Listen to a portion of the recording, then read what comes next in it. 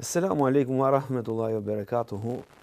Jemi përsëri në këtë cikël emisionesh me hoxhën tonë Ahmed Kalaja, të titulluar para ky cikël Degët e Besimit dhe ideuar po nga hoxha Ahmed Kalaja, në të cilin ne do të flasim për një serial pra për rreth 70 emisionesh mbi çështjet e besimit dhe se si trajtohen ato pra nga ana e hoxhallarëve tonë, të cilët i kemi nga të gjithë trevat pra të Shqipërisë.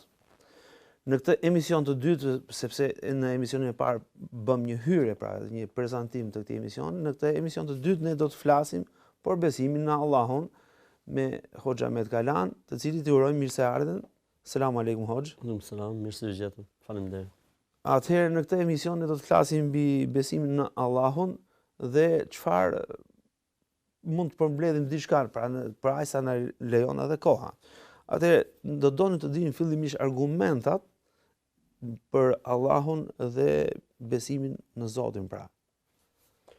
Me emrin e Allahut, të gjithëmshirshmit, mëshiruesit, nuk ka dyshim se çështja më e lehtë për të diskutuar që ka qenë ndonjëherë në historinë e profetëve, të cilët janë misionarët e Zotit në tokë, dhe të cilët, domethënë, detyra e tyre kryesore ka qenë që t'i orientojnë njerëzit tek Zoti, tek besimi në Zot, tek besimi i vërtet në Zot, tek besimi i duhur në Zot.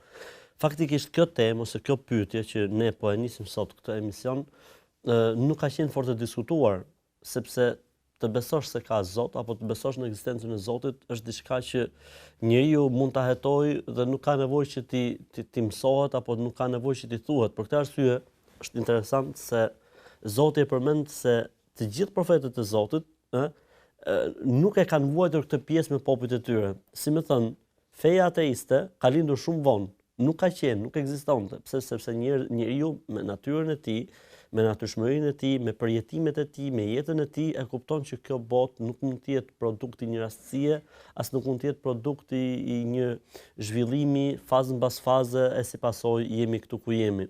Për këtë arsye Zoti në Kur'an thotë qalet rusuluhum e fillahi shakkun fatiris samawati wal ard. Profetët thanë, vallë, a mund të dyshojë njeriu në Zotin ndërkohë që është krijuesi i qiellit dhe tokës? Pra, një logjikë shëndosh, një mendje normale, njëri me përjetimin e tij, domethënë të jetës, domethënë siç e përjeton njeriu jetën me të mirat e kësaj, me të mirat e saj dhe me të këqijat e saj, automatikisht do të shkojë tek orientimi i besimit të Zotit. Mirë po neve nuk do të thotë që nuk duhet ta trajtojmë këtë si temë, sepse me dashje apo pa dashje jemi prekur nga një, si më thën, nga një rrym ateiste, domethënë një flad, le të themi kështu, ateist, ne si popull të paktën, e si pasojë njerëzit edhe pse janë në natyrën e tyre musliman apo mund të jenë pasues të feve të tjera, të krishterë apo ortodoks, vuajnë te kjo pjesë ose kanë nevojë që si themi t'ju qetësohen zemrat edhe më shumë ose si më thën dikush ta trajtojë këtë tematikë, kështu që unë mendoj se është interesante. Domethënë kush janë argumentat me të cilat ne mund t'i orientojmë njerëzit se ora ka një Zot edhe kjo është diçka që nuk as nuk bën ta diskutojmë. Faktikisht gjërat funksionojnë në jetë, flas në jetën tonë, funksionojnë shkak pasojë. Kështu që nëse do të flasim për universin, nëse do të flasim për sistemin tonë diellor, nëse do të flasim për tokën, nëse do të flasim për botën bimore, për botën shtazore, nëse do të flasim për gjithçka që neve na rrethon, ne faktikisht jemi ndodhur përballë një fakti të kryer. Pra, ky univers ka ekzistuar edhe pse teleskopi Hubble nuk ishte shpikur. Ligjet se si kanë funksionuar yjet dhe planetet dhe dijet në univers kanë funksionuar edhe ishin, edhe pse më shumë më vonë u zbulua se kush është X ligj apo Y ligj e Z ligj. Pra kanë funksionuar.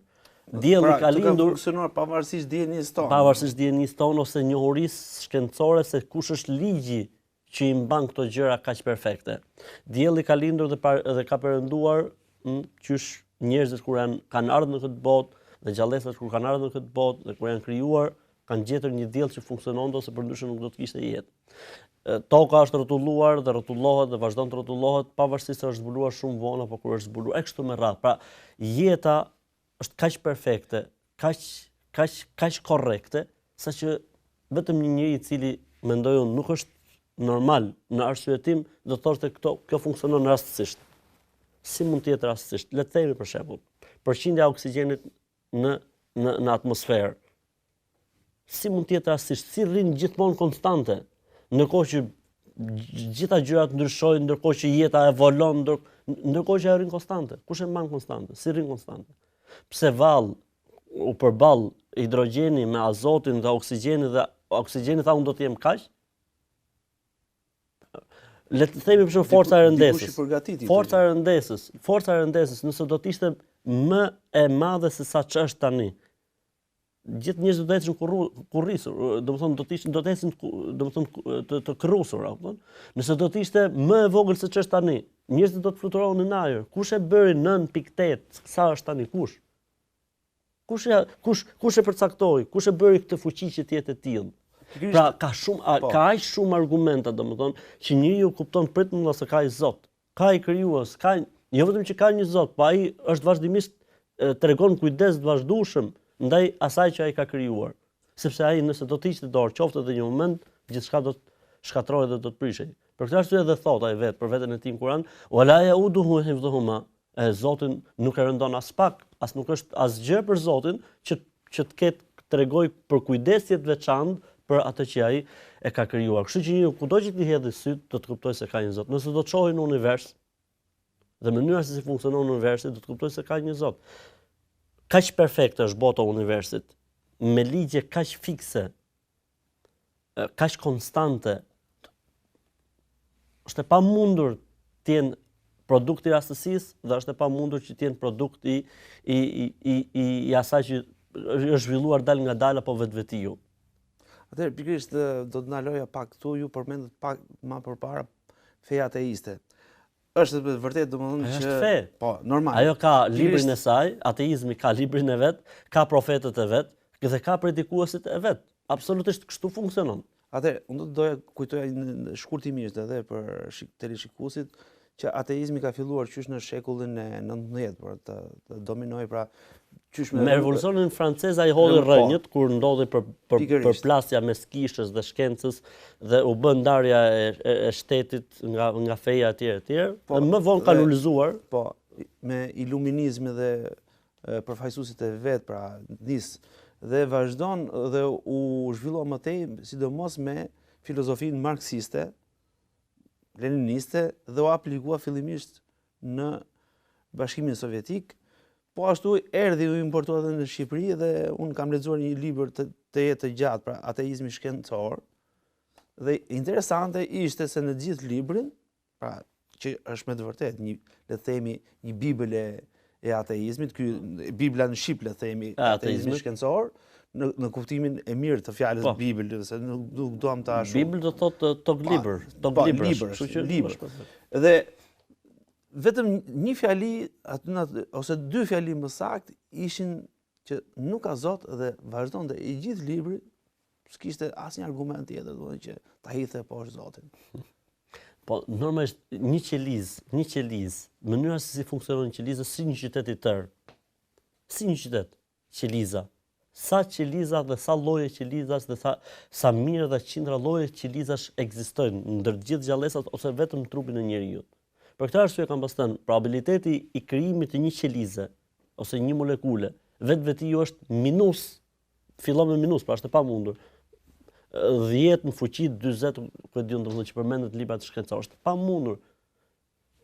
Përcaktimi I proteinave në atë sasi. Pra vetë shkenca hedh poshtë ateizmin. Ora shkenca e vërtet nuk e njeh ateizmin. Shkenca e vërtet përballet me ateizmin. Sepse shkenca e vërtet zbulon dhe ligjet janë të vendosura. Për këtë arsye për shembull, një prej ateistëve më të mëdhenj sot në botë, që është fizikanti I madh Hawking, Stephen Hawking. Po. E pyetën, I thanë a munden në një fjali na jepni për kufizimin e universit. Ai konsiderohet sot, domethënë autoriteti më I madh. Absolutisht, domethënë. Dhe kjo është e vërtetë, pavarësisht se është ateist, domethënë, ose pavarësisht se ka deklaruar se është ateist, sepse nuk e dim kjo deklaratë është e tij e vërtetë apo është e stitur nga dikush tjetër, e rëndësishme. Ka thënë, universi është një mori ligjesh perfekte. Faktikisht, kjo lloj deklarate, njeriu do ta bëjë besimtar, Pse? Sepse kur thua një mori ligjesh perfekte, do të thotë se këto ligje janë të vendosura. Këto ligje i ka vendosur dikush. Ti zotni thjesht po zbulon ligjet e Zotit. Ndërkohë që këto ligje, domethënë kanë funksionuar dhe po funksionojnë dhe ti zotni dhe të tjerë si puna juaj, domethënë, nuk është se keni rregulluar diçka ke këto ligje edhe i keni ndryshuar drejtimin e ligjeve apo keni ndërhyrë, domethënë në shpikjen e këtyre ligjeve. Kështu që njeriu nëse do të meditoj pra në krijimin e universit, do të kuptoj se nuk mund të jetë absolutisht produkti i rastësisë dhe nuk mund të jetë absolutisht produkti i asaj që është zhvilluar me dal nga dal, fazë mbas faze dhe jemi në këtë moment, sepse i bie që ti jemi akoma në zhvillim të sipër dhe i bie që këto ligje të prishen. Nëse prishin këto ligje, domethënë, unë nuk e di kur të ta marrë vetëm pastaj universi që të kthehet prapë për të qenë i përshtatshëm për jetesë. Kështu që njeriu, domethënë, nëse mediton në gjurmët e Zotit, ne tham çdo gjë funksionon shkak pasojë. Ne jemi përballë pasojave, të cilat e kanë shkakun e tyre. Për shembull, nëse ne jemi sot përballë kësaj tavoline, përballë kësaj gote, në këtë koltuk të ulur, ne faktikisht jemi duke përjetuar pasojën e dikujt që është lodhur dhe është munduar. Derisa kjo tavolina është kjo që është këtu, derisa këto koltuqe janë këto që janë këtu. Do të thotë automatikisht nëse do të na pëlqenin këto koltuqe, për shembull do të thosh ku i keni bler? Ku janë? Shkojmë, shohim, përshtasim diçka për shtëpinë tonë. Pra, është dikush që i ka bërë, është dikush që i ka sjell. Tani mendja dhe logjika çfarë thotë? Ore kjo botë ku asnjëri prej nesh, prej krijesave s'ka gisht në të, s'ka gisht as në diell, as në hën, as në sistemin tonë diellor, as në univers, as tek uji që gjendet në këmbët tona, as tek toka që neve na mban, askush prej nesh nuk ka dorë. Pra nuk është asnjëri prej nesh që një ditë prej ditësh e ka rrotulluar çik tokën se ju ul shpejtësia dhe vum një makineri në punë që të kapte atë që i humbi, se i ra shpejtësia. Do të thotë çdo gjë funksionon mirë dhe bukur. Do të thotë se ka i Zot që kujdeset për këtë punë. Do thotë se ka një krijues, pra thjesht logjika e njeriu të çon njeriu, domethënë të besoj se ka një Zot. Sepse çdo gjë funksionon në mënyrën më perfekte dhe çdo gjë funksionon pa kontributin e askujt. Kontributi jon mund të jetë momental.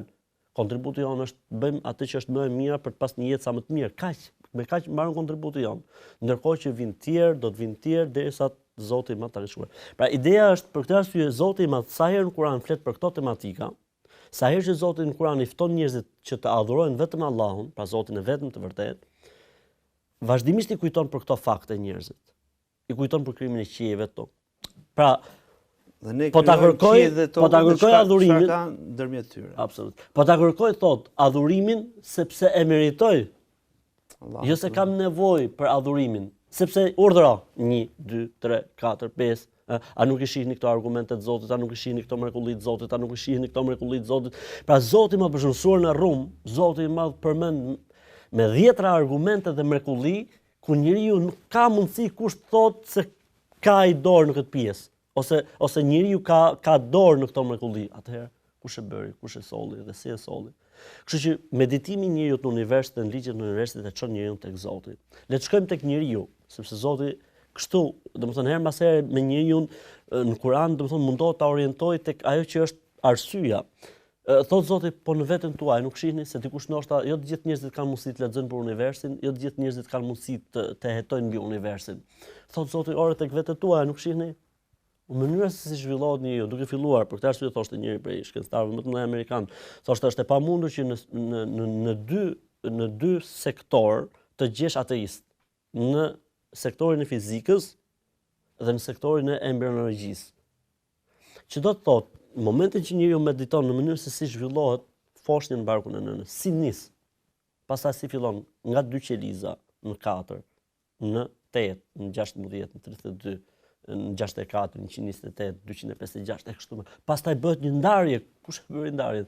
Disa qeliza marrin pozicionin e sistemit nervor, disa qeliza të tjera marrin pozicionin e sistemit urinar, disa qeliza të tjera. Pastaj kemi zhvillimin e kokës, pastaj dalin 2 sytha të vogla që janë duart dhe këmbët, pastaj këto vijnë dhe zhvillohen etj. Si u bën? Pse pikërisht në këtë mënyrë? Kush? Shkenca ka shkuar deri në ato që quhet ADN-ja. Po ADN-ja ishte edhe para se ta zbulonte shkenca. Pa diskutim. ADN-ja, nëse do themi ne çdo gjë është në ADN, ne themi çdo gjë është e shkruar nga meleku në barkun e nënës. Ti do ta quash ADN, quaj ADN, mua nuk më intereson. Unë them çdo gjë është e shkruar në barkun e nënës. Janë 46 kromozome dhe i 47 është që vendos për seksin e fëmijës. Të gjitha pra, të gjitha janë të shkruara, të gjitha janë të rregulluara, të gjithë kush. Pse pikërisht duhet ishin 47? Pse pikërisht?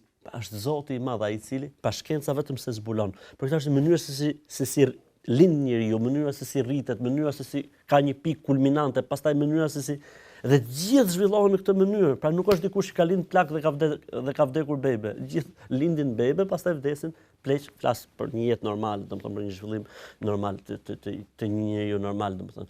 Kështu që universi çon tek Zoti. Meditimi tek njeriu dhe krijimi i njeriu çon tek Zoti. Ku do të mendojmë ti? A do të mendojmë për botën bimore? Mënyra se si funksionon bota bimore. Shumëllojshmëria e tyre, ngjashmëria e tyre, ndryshimi mes tyre. Ndërkohë që është i njëjti ajër, është e njëjta tokë, është i njëjti ujë, ndërkohë që gjen sa lloje fish ka, sa lloje rrushi ka, sa lloje arrash ka, e kështu me radhë. Arrat e këtij vendi kanë një specifik, ullit e këtij vendi kanë një specifik, mjalti i këtij vendi ka një specifik, kush, si. Ulliri i Ndroqit edhe ulliri i Elbasanit ndryshon me të Beratit. Me Tujanit, për shembull ndryshon. Po. Ndryshe. Pra dua të them me fjalë që mënyra se si zhvillohet jeta tek bima, mënyra se si zhvillohen frutet. Ne i kemi zbuluar, kemi thënë ka një ligj që quhet ligji i kësaj apo i asaj, po ato funksionojnë dhe kanë funksionuar dhe do të funksionojnë sa të ketë. Dhe do të funksionojnë shumë mirë derisa të ndërhyjnë njeriu në to. Sepse në momentin që ndërhyn njeriu në krijimin e Zotit vetëm se prish. Po. Për këtë arsye janë shtuar sëmundjet, problem, domethënë një Për përshkaqje. këtë arsye kanë dalë edhe më gjatë e famshme, sepse kanë ndërhyrë njeriu. Ka ndërhyrë njeriu dhe është bërë kanceri si sëmundja e ditës. Çe ka filani me kancer. Diçka normale me fjalë. Aq shumë është përhapur.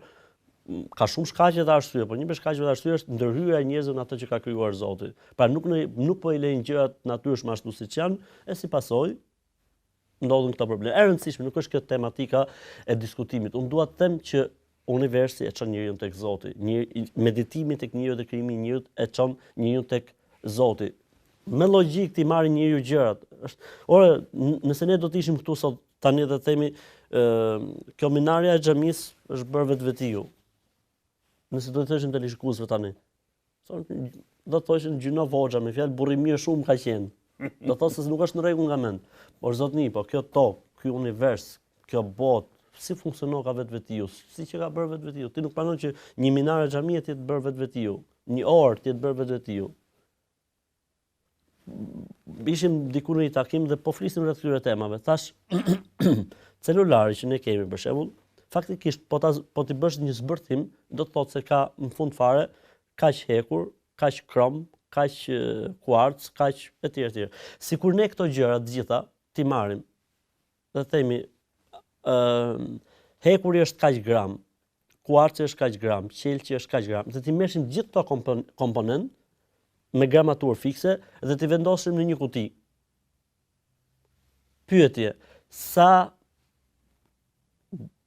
orë, sa ditë, sa javë, sa vite, sa shekuj, sa miliona, triliona, biliona, miliard, nuk e di, sa zero mund të ketë, duhen që këto komponent fix, me gramaturë fikse, të na prodhojnë një celular iPhone 6. Kur nuk ndodhi një gjë e tillë. Kur nuk ndodhi. Atëherë, domethënë kaq. Ka mundësi që ky diell të ketë ndodhur se ndodhi shpërthimi, ne nuk kemi kundër shpërthimit. Ndodhi shpërthimi apo nuk ndodhi? Nëse ka ndodhur, pra teoria Big Bangut për shembull le të themi, domethënë, ka ndodhur, po kush mërzotnia orientoi? Materia ku lindi, ai materia nga erdhi. Ti thua, për shembull, ka shkuar ateizmi deri tek faza e Big Bangut, ka ndodhur thotë një shpërthim, edhe si pasojë këtij shpërthimi janë bërë kushtet e përshtatshme etj. Okej, le të themi një okej kështu, sa për mohabet. M'fal, çfarë ka shpërthyer? Çfarë ishte ai që shpërtheu? Ishte lënda e parë Ishte materia, materia nga erdhi. Po jo, edhe vetë Stephen Hawking që është marrë pikërisht me këtë çështje, thotë volumi 0 dhe momenti 0. Nga një volum 0, si mund dali gjithë kjo gjë? Pa kjo është çmenduri, më thonë za. Dhe kjo është shumë interesante kjo që po shpjegoni ju hoxh, sepse vetëm Allahu e thot në Kur'an, thotë që ne mjafton të themi gjë s'bëu dhe ajo bëhet. Ne nuk e kemi problemin se fuqia e Zotit është absolute etj. Po themi, le të shkojmë me logjikën e këtyre njerëzve. Ju thoni që kjo botë funksionon në sajt të një shpërthimi të madh. Dakor? Jeni deri këtu të qetë, po. Çfarë ka shpërthyer Zotëri?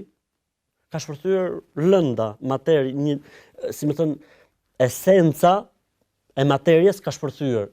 Dakor? Domethënë ka diçka që quhet materie. Okej, po. Fal, kjo materie nga erdhi. A nuk tentoi shkenca para një viti, 2 vitesh që të sillte produktin që e quajtën grimca e Zotit apo grimca Zot, u përkthyer në shqip, po faktikisht në gjuhën origjinale ishte grimca e Zotit, sepse bota perëndimore e ka besimin në Zot, e ndjejnë besimin në Zot, ndërsa këta tanët janë akoma me atë të vjetër, dhe thonë grimca Zot, e kështu e përkthyen, thonë edhe në habitën në përkthimin e tyre. E rëndësishme, ata tentuan që të bëjnë një përplasje mes materies dhe antimateries. Të bëjnë një përplasje që se mos lind diçka, dhe u bë me shpejtësi kaq, tunel në tokë, dikush mendon do çfarë do të ndodhi etj. Rëndësishme u përplasën dy kahat e kundërta, pozitive dhe negative, dhe asgjë nuk ndodhi. 14 miliard dollar u shpenzuan për të mos vërtetuar asgjë. Jo, kanë vërtetuar ato diçka. Ata vërtetuan një gjë shumë të rëndësishme, që kjo botë ka një krijues, ka një Zot. Nuk mund të jetë produkt i rastësisë. Unë madje shkoj edhe më larg se sa kjo.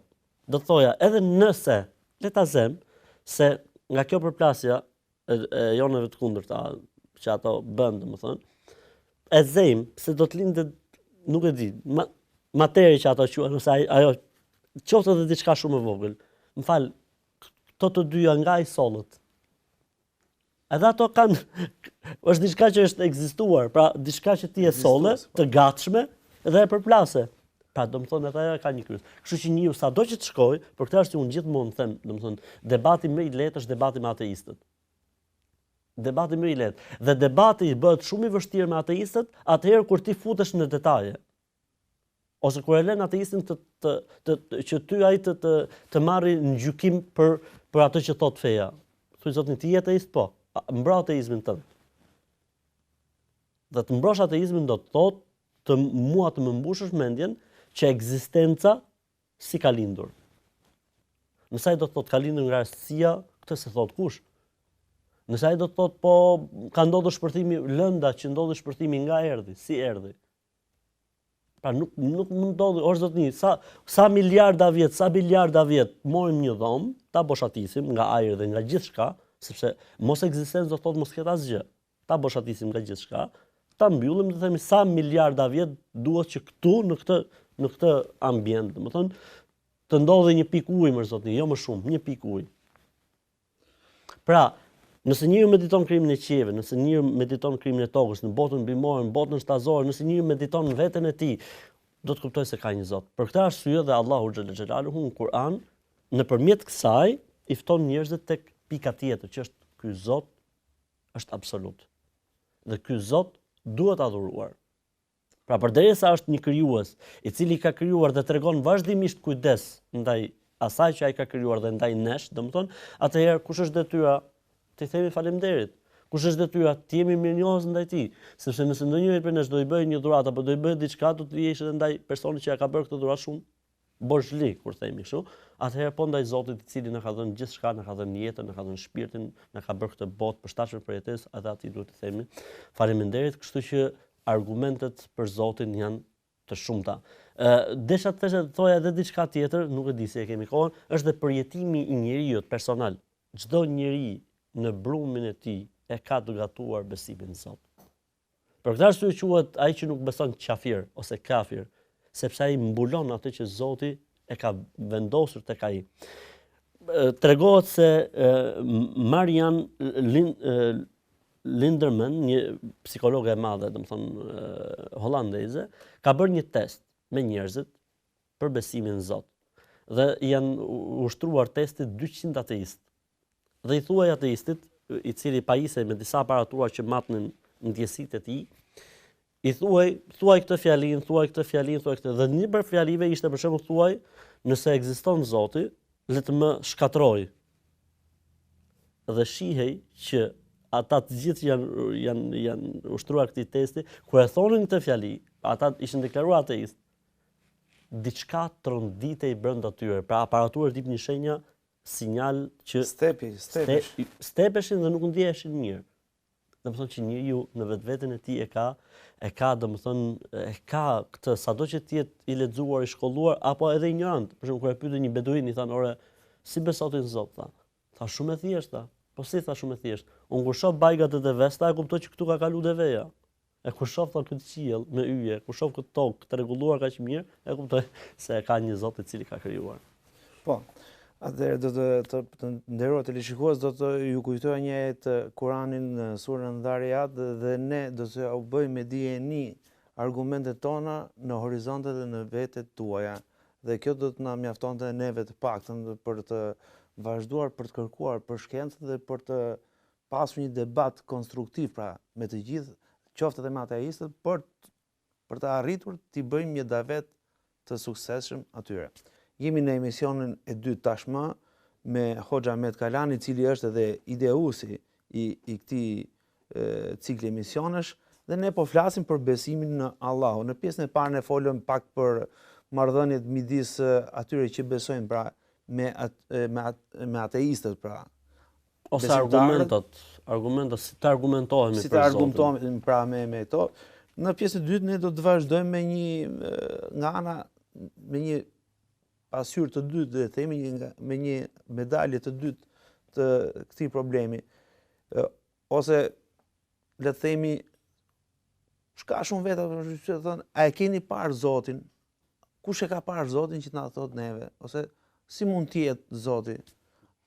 Faktikisht, domethënë është normale, domethënë që në këtë botë që neve na rrethon me këta njerëz cilët normalisht domethënë janë të ndikuar pak a shumë nga siç e thamë edhe më herët, domethënë nga ai fladi materialist, fladi ateist, domethënë është normale që të bëhen pyetje të tilla, edhe unë përpara se t'ja përgjigjem do thoya për çdo besimtar domethënë që mos ndihet ngushtë dhe mos ndihet keq nëse has me njerëz që pyesin me pyetje kaq si më thon delikate. Absolutisht besimtari duhet të jetë mend i hapur dhe duhet të pranojë të gjithë, domethënë për mënyrën se si ata shprehen. Bile në momentin që njerëzit shprehen, kjo është gjë e mirë. Problemi do të ishte nëse njerëzit nuk shprehen, nëse njerëzit nuk hapen, sepse në momentin që dikush shprehet do të thotë se ka dhënë ty, domethënë një hapësirë që ti të komunikosh apo të trajtosh problemin e tij ose të ka njohur më shumë me atë që ai fsheh dhe nuk e lexon dot, domethënë pa e shprehur ai tjetri. Dhe është pyetje shumë interesante, domethënë shumë kush e ka parë Zotin? Kush e ka parë Zotin? Le të ndjeki pjesën e parë të emisionit, sepse çdo gjë tregon për Zotin. Duke filluar nga atomi, nga më e vogla pjesë e mikros që është zbuluar që janë kuantet, e duke mbaruar tek më e madhja gjë që është arritur universi makro e më e madhe, domethënë. Për të ardhur tek si është Zoti, domethënë. Edhe kjo është pyetje, unë mendoj që është pyetje as pak për të shqetësuar, përkundërse është pyetje shumë e mirë, domethënë. Pse? Sepse dakord, pas ka Zot, domethënë, ky Zoti si është? Ky Zoti është i shfaqur dikujt apo si është puna me këtë Zotin, më thënë. Atëherë përgjigjja për këtë më së miri do të na japin profetët, pejgamberët e Zotit, të cilët kanë pasur kontakt dhe komunikim direkt me Zotin, dikush e ka pas të menjëhershëm dhe dikush e kishte kontaktin me krijuesin nëpërmjet engjëllit Xhibril ose Xhebrailit alayhis salatu wassalam. Atëherë si është Zoti? Zoti i Madh na ka treguar për gjërave të mira dhe të mrekullueshme është se Zoti nuk ka dashur asnjëherë që të jetë enigmatik, i panjohur. Nuk ka dashur kurrë që ai të pikturohet nga njerëzit apo të mendohet nga njerëzit. Ai verdiktin për veten e tij e ka dhënë vetë, në mënyrë që mos të lërë vend për abuzime, në mënyrë që mos të lërë vend për keq interpretime. Për këtë arsye edhe i Madhi Zot në Kur'anin familjar tregon se kush është. tregon për emrat e tij të bukur, tregon për atributet e tij të larta, tregon për epitetet që ai gëzon, në mënyrë që njerëzit dinë dhe ta njohin me detaje se kush është Zoti i tyre. Normalisht janë 3 pika shumë interesante që ne duhet të kemi parasysh se si Zoti na tregon për veten e tij. Pika e parë është Zoti me të cilin ne kemi të bëjmë është absolut. Dhe kur themi absolut, nuk kupton absolutin në fuqinë e tij, absolutin në pushtetin e tij, absolutin në dijen e tij, absolutin në vullnetin dhe në dëshirën e tij, absolutin në urtësinë e tij dhe absolutin në çdo gjë që ai zotëron si atribut. Pra çdo atribut i tij funksionon si absolut, vetëm se ne i përmendëm këto si gjërat më të rëndësishme. Pra, pushteti i tij është absolut, pra nuk ka gjë që mund të jetë jashtë pushtetit të tij. Dija e tij është absolute, nuk ka gjë që mund të jetë jashtë dijes së tij. Fuqia e tij është absolute, nuk ka gjë që mund përballet me fuqinë e tij. Vullneti dhe dëshira e tij është absolute, që të thotë çfarë të dojë ai bën. Urtësia e tij është absolute, që do të thotë nuk ka gjë që nuk ka një urtësi dhe nuk është në vendin e duhur dhe në kohën e duhur, dhe çdo gjë që ai zotëron pastaj prej atributeve të tjera është funksionon absolute. Pra nuk njeh kufi, sepse ke të bësh me Zot. E përderisa themi Zot, Zoti nuk kupton absolutin. Kjo është pika e parë. E dyta, që ka të bëjë me besimin në Zot, është se Zoti nuk i përngjason krijesave. Nuk ka shëmbulltyr Zoti. Nuk mund të imagjinohet Zoti. Pse? Sepse është krijues. Ndërsa ne jemi të krijuar. Bota e perceptimit njerëzor është shumë e kufizuar. Domethënë ne në jetën tonë përditshme hasim shumë probleme që nuk i japim dot përgjigje. Ç'është shpirti? Ç'është gjumi? Ç'është dashuria? Kush është komponenti i përbërës? Si funksionojnë, si ndodhin etj. Janë shumë gjëra në jetë që ne nuk i japim dot përgjigje. E përderisa ne shumë gjërave që kanë bën me ne si krijesa nuk i japim dot përgjigje, atëherë si mundet që njeriu të arrijë të imagjinojë Zotin? Për këtë arsye, Zoti këtë pjesë e ka mbyllur vetë në Kur'an, thotë: "Wala yuhituna bihi ilma." Askush nuk mund ta përfshijë Zotin me dijen e tij, me perceptimin e tij. Pra nuk mundet, sepse njeriu ka një fushë perceptimi të gjërave të përcaktuar dhe nuk mund të dalë. Pra është njësoj sikur thuash, a mundemi që këtij kabullit që na sill neve dritën, që është 220 volt, t'i japim një fuqi 2000 e 200, jo më zotni se digjet. Kështu edhe truri i njeriu dhe mendja e njeriu dhe perceptimi i njeriu. Ajo ka një fushë të përcaktuar imagjinate dhe perceptimi të gjërave. Kaq funksionon. Për këtë arsye Zoti s'e ka angazhuar askënd në këtë pjesë. Madje ka pas dhe tentativa nga profetët e Zotit që ta shohin Zotin në këtë botë. Dhe Zoti Musa alayhis salam, kur pati takim me Zotin, sepse Musa alayhis salam konsiderohet për profetëve të veçantë të Zotit që ka komunikuar direkt me Zotin pa pas nevojë për Xhibrilin. Pra Zoti e zgjodhi Musain që të jetë komunikues direkt me Zotin. Për këtë arsye quhet Musai Kelimullah, folsi direkt Allahut, ai që ka fol direkt me Allahun. Ai pati një takim me Zotin e tij, pra me kuptimin në një nga ato komunikimet e tij me Zotin. Ai shumë e donte Zotin, e nga që komunikonte me të direkt tha: "O Zot, po të shihja o Zoti im." E Zoti i tha: "O Musa, ti nuk mund të më shohësh mua." Tha: "O Zot, malli dhe dashuria për ty dua të shoh." Dhe këmbguli Musa alayhis salam.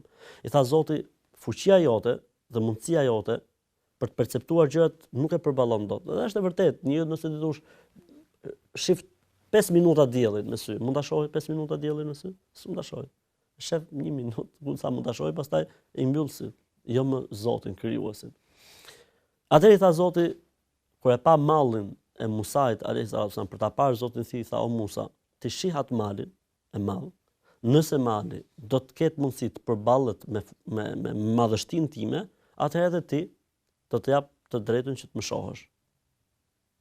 Falamma tajalla rabbuhu lil-jabal, kur Zoti ju shfaq malin, mali u shkrin, u tret. Dhe në transmetimin thuhet se Zoti nuk ju shfaqur me madhështinë e tij të plot malit, po sa maja e gishtit ju shfaqur nga madhështia e Zotit malin, dhe ai u tret. E Musa kur erdhin vetë, i rat fikt Musait kur e pa. Ka mbetur një argument i gjallë nga kjo ngjarje. Ideja është domethënë ka ndodhur kjo ngjarje që ka përmend Zoti në Kur'an, po ku mund të jetë, si mund të jetë ose kush është ai mal fiks, unë të drejtën nuk kam dieni, ndoshta mund të jetë kjo e përmendur diku. E rëndësishme kur erdhi Musa në vete, që i doli të fikti, tha o Zot, tha. Po Zot, nuk mundem, edhe kërkoj falje se kërkova diçka të parakoshme. Pra, normalisht që dikush mund thotë, po pse Zoti pse dha fuqinë Musait që ta shihte.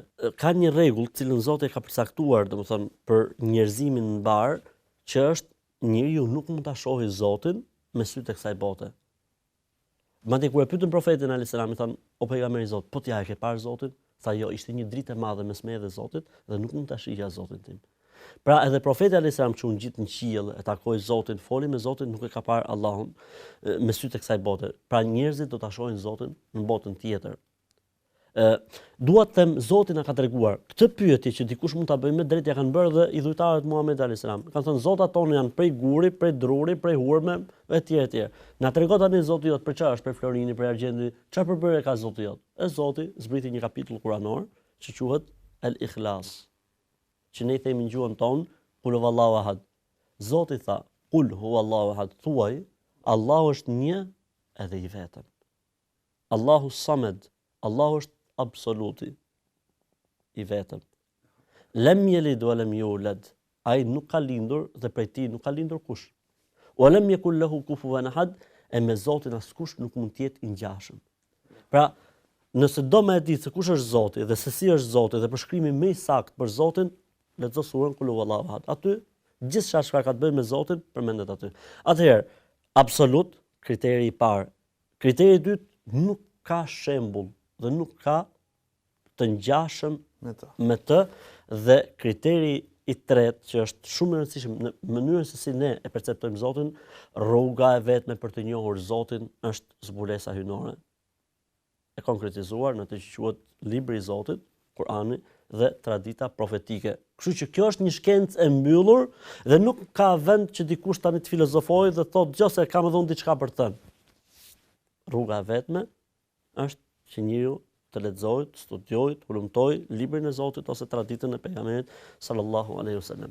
Atëherë ne e besuam, e hulumtuam, më sa patëm mundësi kuptoj sepse njeriu është i kufizuar, dikush i dedikohet një shkencë, dikush tjetër mund të dedikohet një shkencë tjetër. Atëherë në jetën e përditshme të një besimtari, i cili është dedikuar X dije, jo dijes fetare, po themi, si ndikon ky besim tek Zoti? Si e ndihmon? Çfarë ndodh me këtë njeri? Çfarë ndodh me hoxhallar që besojnë në Zot për shembull? Ku e shohin mirësinë e këtij besimi? Domethënë nuk është kusht që të jetë pyetja këta shkencëtarët që ose këta që janë specializuar në fusha shkencë ndryshme, çfarë mirësi shohin? Çdo njeri sheh mirësi nëse beson në Zot. Edhe ai pastruesi i rrugës, edhe ai fshatari, edhe ai bariu, edhe ai që është shkencëtar, edhe ai që është udhëheqës, edhe ai që është i udhëhequr, edhe ai që është përgjegjës, edhe ai që është pronar, edhe ai që është i punësuar, edhe ai që çdo njeri që beson në Zot, ai përfiton. Çfarë përfiton? Në radhë parë fiton qetësinë e shpirtit, se e di që ka një Zot i cili kujdeset për të. Ky njeri që beson Zot është shumë më i përgjegjshëm në jetë dhe më i ndërgjegjshëm për çdo fjalë, për çdo qëndrim dhe vendim që merr në jetë. Unë bëj një pyetje. Ti si mendon, një njeri i cili është doktor, më mirë të kemi një doktor i cili e beson Zotin apo një doktor i cili s'e beson Zotin në jetën tonë e përditshme? Më mirë të kemi një kryetar komune apo kryetar bashkie që e beson Zotin dhe friksohet Zotit apo një tjetër i cili s'ka lidhje me Zotin? Unë mendoj se çdo njeri i sinqert do të më japi këtë përgjigje, që më mirë të jetë dikush që e beson Zotin dhe i friksohet Zotit dhe beson se ka një ditë kur do të japë llogari përpara Zotit dhe beson se ka xhenet, parajs, dhe beson se ka xhehenem, ferr, që do të digjen njerëzit e këqij, ata që s'kan besuar, ata që kanë bërë keq, ata që kanë abuzuar. Normalisht që ky është model krejt tjetër dhe ky tjetër është krejt model tjetër. Pse? Sepse besimi në Zot ndikon. Sepse njëri thotë prit më valla se çfarë do të them Zotit? Mirë mashtrova dhe gjinja apo Zotit çfarë do të them? Pra një i cili falet, një i cili lutet, një i cili beson Zot, një i cili kontakton me Zotin, një i cili beson se do të dalë një ditë përpara Zotit, nuk mund të jetë si dikush tjetër i cili nuk e ka këto koncepte në jetën e tij. Gjëja tjetër e bën njeriu të qetë shpirtërisht. Pse? Or fund e fundit çdo gjë është prej Zotit dhe ka ardhur prej Zotit dhe çdo gjë e kemi prej Zotit dhe kjo bën njeriu të jetë i qetë. Pse? Sepse është i sigurt se Zoti nuk i don të keqen. Pra do të vijë një ditë që besimtari do ta marrë hakun e vet, do ta gjejë atë. Absolutisht. Jo, po flas në konceptin, domethënë e zem se na ndodhi fatkeqësi, na ndodhi diçka e keqe në vetë që nuk është ashtu siç ne e kishim menduar ose siç e kishim parashikuar, ose edhe padrejtësi, sprov me fjalë. Ne si musliman besojmë se kjo ka ardhur me caktimin e Zotit, se s'ka gjë që ndodh në jetën e njeriut pa caktimin e Zotit. Ama ne jemi të sigurt se Zoti s'na e do të keqen, edhe pse neve na ka ndodhur kjo e keqe. Dhe ai nuk na e don të keqen. Po neve po na ndodh e keqja. Atëherë Zoti në këtë të keqje ose fatkeqësia çfarë do që të jetë, ka urtësitë e veta. Pra ne besojmë se në çdo gjë që na ndodh vjet, e ëmbël apo e hidhur, e mirë apo e keqe, në momentin që është e mirë dhe e ëmbël nuk e kemi problem shumë. Themi elhamdulillah dhe iku kjo pjesë. Po problemi ndodh atëherë kur ndodh diçka që është e hidhur apo diçka që është, domethënë, jo e këndshme apo diçka që është e keqe për ne. Atëherë edhe në këtë rast besimtari di se është prej Zotit dhe Zoti nuk i don të keqen. Pavarësisht se dëmtohet, pavarësisht se mund të ketë dhimbje, pavarësisht se mund të ketë pikëllim, ai e di se prit se Zoti mu nuk më don të keqen. E para dhe e dyta ajo që ka caktuar Zoti është më e mirë për mua. Dhe gjithmonë gjen forcë dhe fuqi në jetë që ai të ecë dhe të vazhdojë përpara, duke larguar pesimizmin, duke larguar stresin, duke larguar depresionin, sepse ai beson se çdo gjë është prej Zotit dhe përderisa është prej Zotit, Zoti robit i don të mirë. Kështu që e bën njeriu më të përgjegjshëm, e bën njeriu më të ndërgjegjshëm, e bën njeriu më kritik ndaj vetes tij dhe mbi të gjitha mundohet njeriu, domethënë në jetë, që vazhdimisht të mbajë kontakt me burimin e forcës së vërtet që është Zoti. Pra njeriu duke qenë besimtar ka lidhje gjithmonë me Zotin dhe duke pas gjithmonë lidhje me Zotin, njeriu do të jetë shumë i fortë dhe i fuqishëm dhe i suksesshëm në jetë. Unë mendoj si një besimtar shumë i suksesshëm sesa një tjetër i cili nuk është i suksesshëm, sepse suksesi i besimtarit është në të gjitha fushat, ndërsa suksesi i dikujt tjetër mund të jetë në një fushë, pa ai mund të jetë në të gjitha fushat e tjera të jetës i dështuar. Të falenderojmë Hoxh për gjithë sqarimin që na dhat. Faleminderit dhe juve për ftesën. Është me të vërtet interesante sepse kjo është pjesa e parë e asaj që quhet kushti i besimit amen tu billahi, pra siç njihet edhe në. Edhe na kanë mësuar kur ishin vegjël, amen tu billahi me laicetihi wa kutubihi wa rusuli. Ishim me Hoxhën ton Ahmed Kalaja dhe biseduam për besimin në Allahun, me ateistët, si do të sillemi, me çfarë përfitime kemi nga besimi në Allahun. Dhe ky ishte emisioni i dytë i ciklit të Degët e besimit, një emision i konceptuar nga Hoxha Ahmed Kalaja, bazuar në hadithin e pejgamberit ton sallallahu alaihi wasallam, që thot besimi është 70 sa deg. 70 sa deg dhe ne do të jemi vazhdimisht me emisionat tona në vazhdim, qoftë me Hoxha Ahmedin, por edhe me hoxhallarët e tjerë, me të cilët do të sqarojmë pikërisht çështjet e këtij besimi për të shuar sadopak kureshtjen dhe për të marrë mësime dhe dobi dhe frytet e këtij besimi në jetën konkrete, në jetën tonë të përditshme. Deri në emisionin tjetër do të rishihemi përsëri, pra. Assalamu alaikum wa rahmatullahi wa barakatuh.